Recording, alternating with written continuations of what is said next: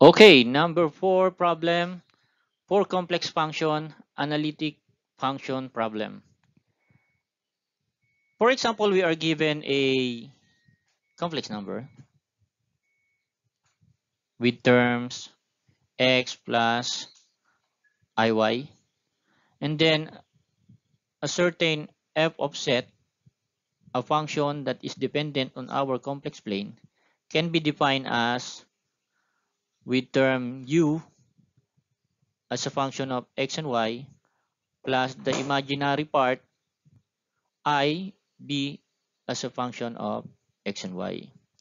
Sometimes in the book, they call it w. Okay, just for short notation.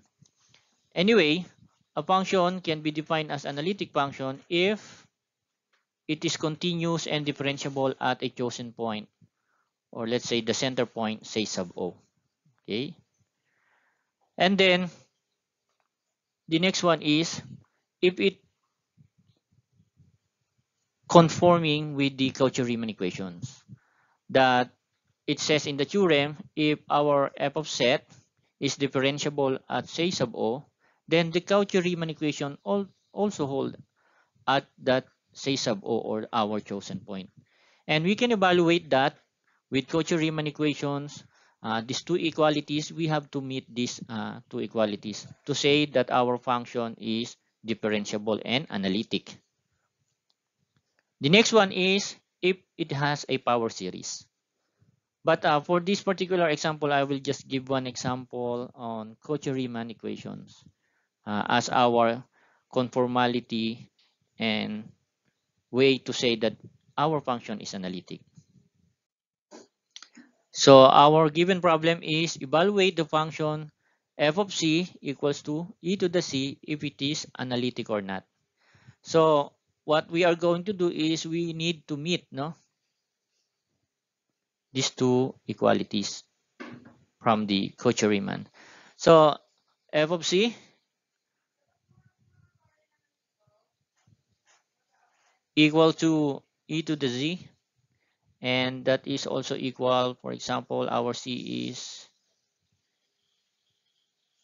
displayed in terms of x and y component, and therefore we can simplify this e to the x plus iy into the form e to the x times e to the iy, and so as I can represent e to the iy as in the form of trigonometric function cosine y plus I sine y. Okay, with this equation of our f of set in trigo form, so we can now apply the Cauchy-Riemann equations.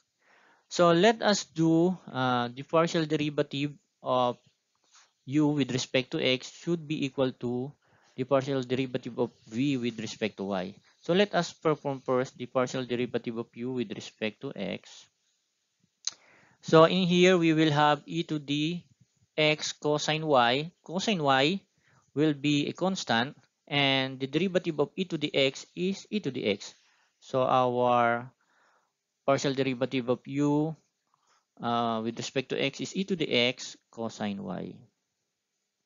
Okay, and then let us have our partial derivative of b with y. Okay, that is equivalent to our b in here is, let me write, this is e to the x cosine y plus I e to the x e to the x sine y. And our u in here is this one. Our b in here is this one. So that mas malinaw yung ating pagpa-partial derivative. Okay? So that is partial derivative of b with respect to y. This is our b. So what is the derivative of sine y? Cosine y. And e to the x is just a constant, or treated as a constant. So therefore, we have our first equalities being met. Okay, partial derivative of u with respect to x and partial derivative of v with respect to y. Okay, check na tayo dyan.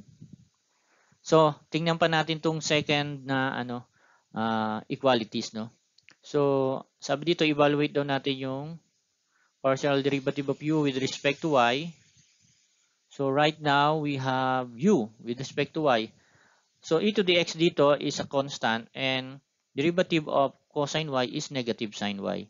So, we have e to the x negative sine y, no? Ang ating db dy.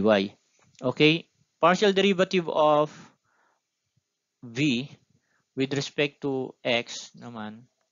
So, this is u sa taas, ano? Baka malito lang kayo. Okay. And going this partial derivative, going to this partial derivative, we have our v is ex to the sine y, and with respect to x, that will be sine y is just a constant, and derivative of e to the x is e to the x. So, therefore, na-meet natin, no, yung both equalities na sinasabi sa Cauchy-Riemann equations. And with that, we can say that our function is analytic by Cauchy-Riemann criteria. Alright, that's all for an example in complex function being an analytic function.